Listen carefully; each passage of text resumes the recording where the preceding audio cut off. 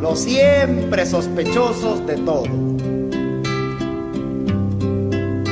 Me permito remitirle al imperfecto por esquinero sospechoso, y con el agravante de ser salvadoreño, de Ribete, santaneco, para variar del barrio La Cruz. Las que llenaron los bares y burdeles de todos los puertos, haciendas y capitales de la zona. Los sembradores de maíz en plena selva extranjera. Los que lloraron borrachos por el himno nacional bajo el ciclón del Pacífico, las nieves del norte. Los primeros en sacar el cuchillo. Los reyes de la página roja. Los que nunca sabe nadie de dónde son. Los mejores artesanos del mundo. Los que murieron de paludismo en el infierno de las bananeras.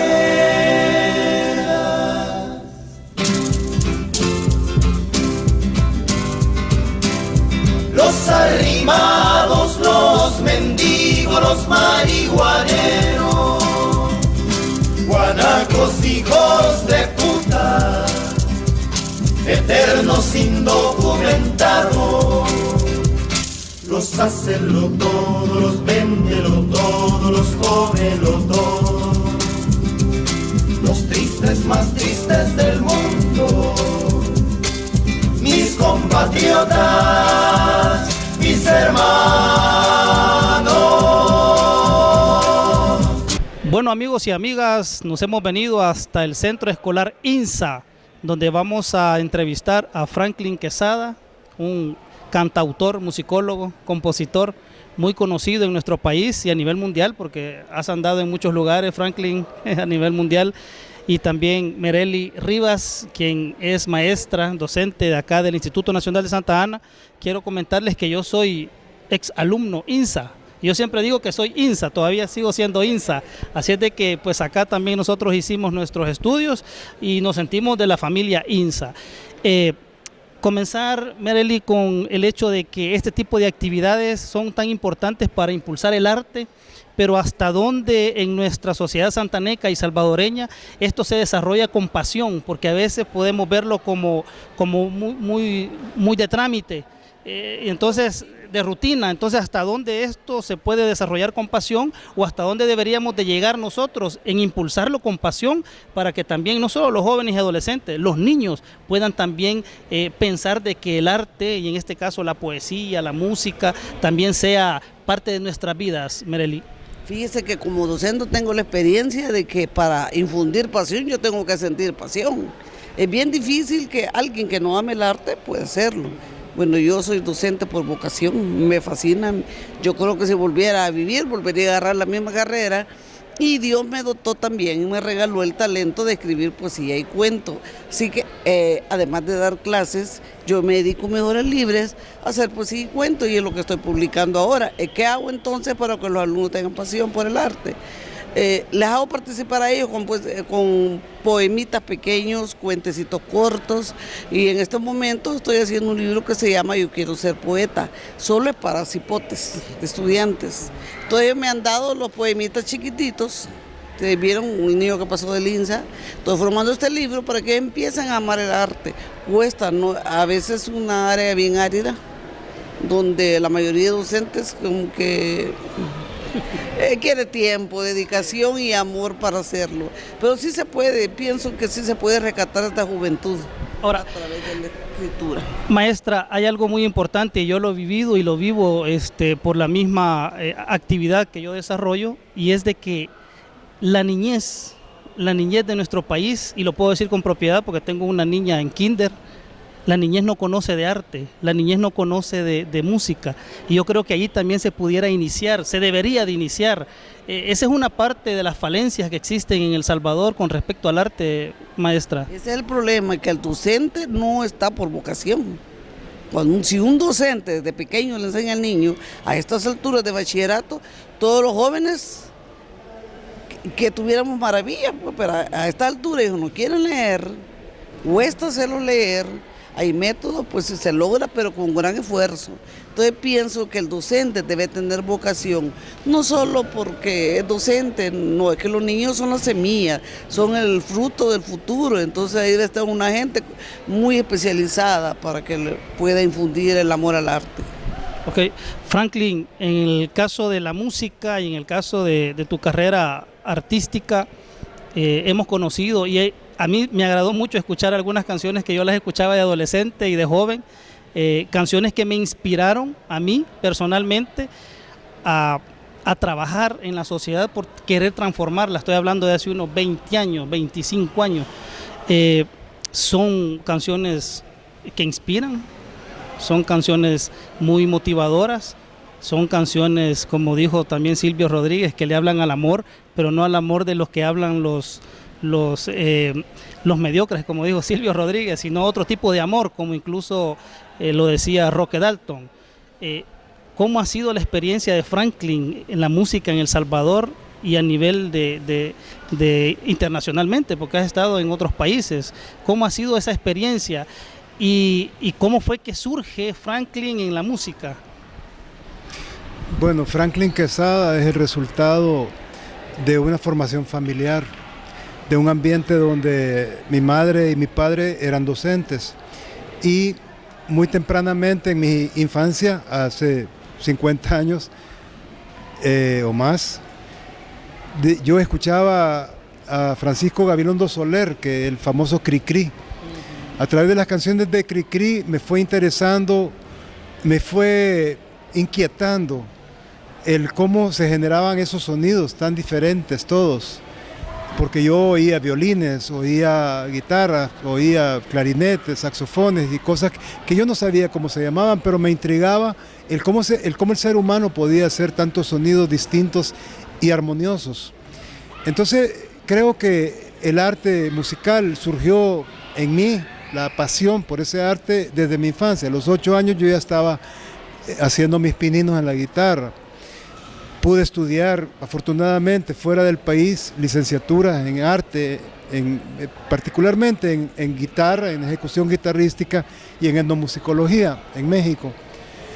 Pero quiero decir que como docente también, porque me dedico a la gestión cultural, a la mediación cultural y educativa, y como docente me he dado cuenta que el niño por naturaleza es habilidoso, porque trae de nacimiento un elemento básico para las artes, que es la creatividad, la imaginación y la inquietud, la curiosidad. O sea, saber despertar esa curiosidad y saberla motivar, saber elevar la expresión de ellas, es una labor que debe comenzar en casa, ¿verdad? A fuerza.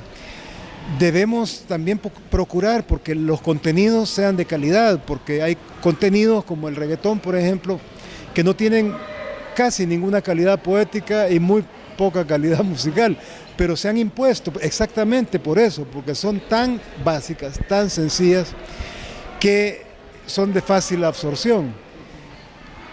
La mente humana es una mente compleja y puede llegar a niveles de pensamiento y raciocinio muy complejo y divergente.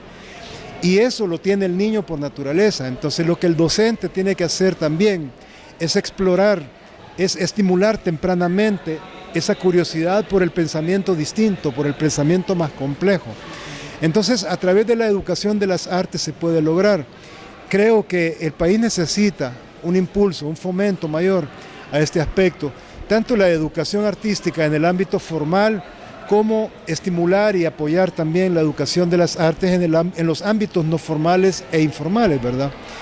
Creo que es un proceso en donde el país va a ir aprendiendo de que mientras más acceso, mientras más consumo y producción tenemos de las artes, las sociedades se vuelven más sensibles.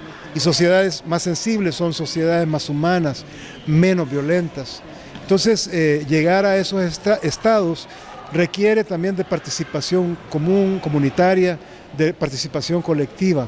No solo son los gobiernos, no solo son los maestros a través del Ministerio de Educación, somos los padres y las madres de familia los que debemos en primera instancia estimular, llevar a nuestros hijos al evento cultural.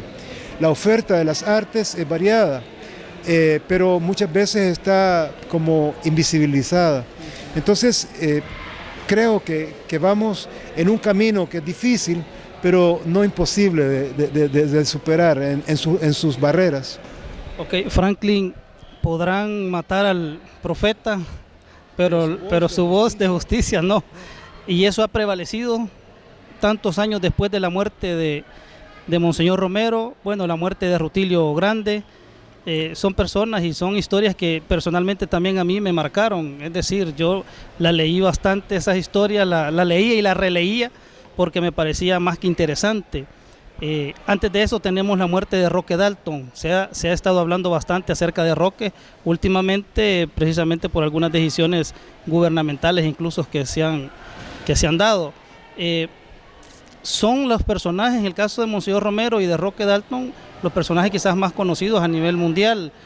Pero ¿qué significa Roque Dalton para Franklin Quesada? Bueno, Roque Dalton es para mí un referente no solo en la poesía, sino un referente en una forma de pensamiento sociocrítico que busca transformar la realidad. La realidad que Roque Dalton vivía en los años 60 y 70 y por las cuales él murió, eran realidades que demandaban del salvadoreño una actitud crítica, pero también una actitud de transformación, de involucramiento, de involucrarse, comprometerse a la búsqueda de soluciones, a la búsqueda de cambios y de alternativas. Entonces Roque es un referente también para la poesía hecha canción. Yo he hecho varias poesías de Roque, las he musicalizado, al igual que poesías de Osvaldo Escobar Velado, de Alfredo Espino, de algunos otros. Quiero decir que Roque es un referente de pensamiento político y Roque Dalton, en cuanto a Romero se refiere, aunque son personajes que están pues no separados en la historia porque fueron contemporáneos, tienen una cosa en común y es el hecho de enfatizar en que la gente debe tener un pensamiento y un criterio político, debe involucrarse en la política. De hecho, la democracia significa el poder en manos de la gente, o sea, demos es gente, kratos es poder, el poder de la gente, eso es la democracia. Romero insistía mucho en que la educación tenía que tener un fondo, o más bien una finalidad política, de educación política. La política en su sentido más, digamos, más sublime, puede traducirse o concebirse como el arte de gobernar, el arte de hacer un buen gobierno. Eso es la política. Entonces, el problema es que hemos dejado a los partidos políticos y a los políticos esa tarea. Y no es eso, en la democracia debemos involucrarnos todos. Entonces, Roque, de alguna manera, y Romero, y Rutilio, y todos estos personajes insistieron en que la gente tenía que tener más protagonismo en la forma de decidir su futuro. Entonces, creo que por ahí va un poco el legado que ellos nos dejan y por lo que hay que seguir trabajando. Es triste que el joven ahora no quiere involucrarse en la historia nuestra y un poco es por culpa de nuestra generación vieja. Nosotros tenemos parte de la culpa porque les hemos hablado tanto del problema de la guerra que el joven está harto del problema de la guerra, además porque sigue viviendo una guerra de alguna manera, la guerra contra el desempleo, la guerra contra el hambre, la guerra contra la necesidad de irse del país porque no hay alternativas. Eso es una continuación de la guerra, sin armas o con ellas, pero es una continuación. Entonces hay demasiada, por ejemplo, también intolerancia. Tenemos una sociedad bastante intolerante en muchos sentidos, ¿verdad? Ha estigmatizado a la diversidad, no se acepta que seamos distintos. Y en la otra edad, en el ser distintos está la complementariedad. Entonces creo que la educación nuestra necesita todavía de esos espacios para la convivencia fuera de la escuela, para que la convivencia de fuera de la escuela se lleve adentro de la escuela, etcétera. O sea, que haya una simbiosis, pues, una alianza fraterna entre lo que el joven vive dentro y fuera de la escuela, entre lo que el joven aprecia y recibe de la familia y lo que la escuela le da a la familia y viceversa, lo que la familia le aporta a la escuela. Debemos hacer entonces esfuerzos de mucha unidad de pensamiento, de mucho consenso, y eso no es fácil, pero es posible. O sea, ese otro mundo es posible, ¿verdad? Y las artes son fundamentales para ello porque sensibilizan. Ok, bueno, hemos llegado hasta el final de la entrevista. Esperamos que no sea la primera ni la última con Franklin Quesada y con la maestra. La verdad es que nosotros estamos alegres, hemos venido acá a presenciar el homenaje que le han hecho a Franklin Quesada, un artista muy conocido, como decía al inicio, y pues agradecerle al instituto, ¿verdad?, al INSA, como decimos nosotros, y agradecerle también a Franklin por todo lo que nos ha regalado en el arte de la música y la poesía. Es invaluable, todo eso realmente es lindo, es hermoso. Gracias a ustedes por haber estado con nosotros, y pues más adelante vamos a seguir, Franklin, platicando, Bueno, ¿verdad? Muchísimas gracias.